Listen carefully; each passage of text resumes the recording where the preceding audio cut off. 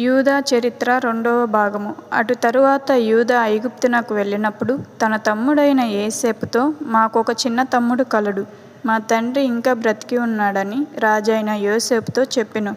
ఈ విషయాలన్నీ మనం ఆదికాండం 44వ అధ్యాయంలో గమనిస్తాము.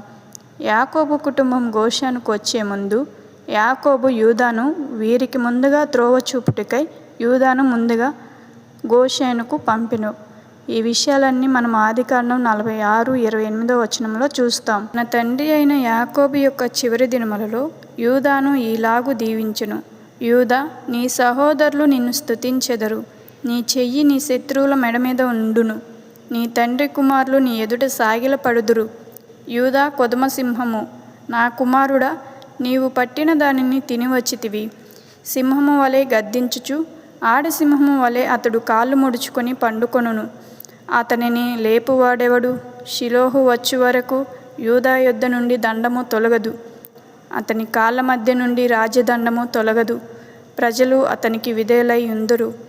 ద్రాక్షవల్లికి తన గాడిద పిల్లలను బట్టి ద్రాక్ష రసములో తన బట్టలను, ద్రాక్ష రక్తములలో తన వస్త్రములను ఉతుకుదురు.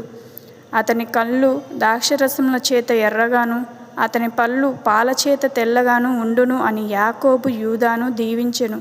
ఈ విషయాలన్నీ మనం ఆదికాండం 49:8-12 వచనంలో చూస్తాం. ఈ యూదా లేయా యాకోబుల 4వ కుమారుడు. ఇతడు క్రీస్తు పూర్వం 1565వ శతాబ్దంలో హారాను పట్టణంలో జన్మించి 119 సంవత్సరములు బ్రతికి ఐగుప్తులో మరణించినట్లు చరిత్రకారులు చెప్తున్నారు. ఈ యూదా తన తమ్ముడైన యోసేపును అమ్మివేయాలనే ఆలోచన కలిగించి తన తమ్ముణ్ణి బ్రతికించిన వాడాయెను. ఈ యూదా భార్య పేరు షూయ. ఈమె కానానీయురాలు. ఈమె యూదాకు ఏరు, ఓనాను, షేలా అను 3 కుమారులను కనెను.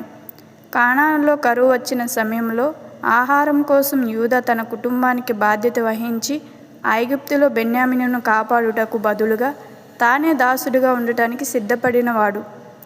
ఈ యూదా కూడా 12 గోత్రికుల్లో ఇతడును ఒక గోత్రానికి కర్త ఆయెను. తన తండ్రి అయిన యాకోబు చేత ఆశీర్వాదము పొందుకున్నవాడు. ఈ యూదా గోత్రం నుండే రాజైన దావీదును, మహారాజునైన రక్షకుడైన మన యేసయ్య వచ్చిరి. మిగిలిన అన్ని గోత్రముల కంటే హెచ్చించబడిన గోత్రము యూదా గోత్రమునే. చివరి మాట, ఆయన యథార్థవంతులను వర్ధిల్లజేయును.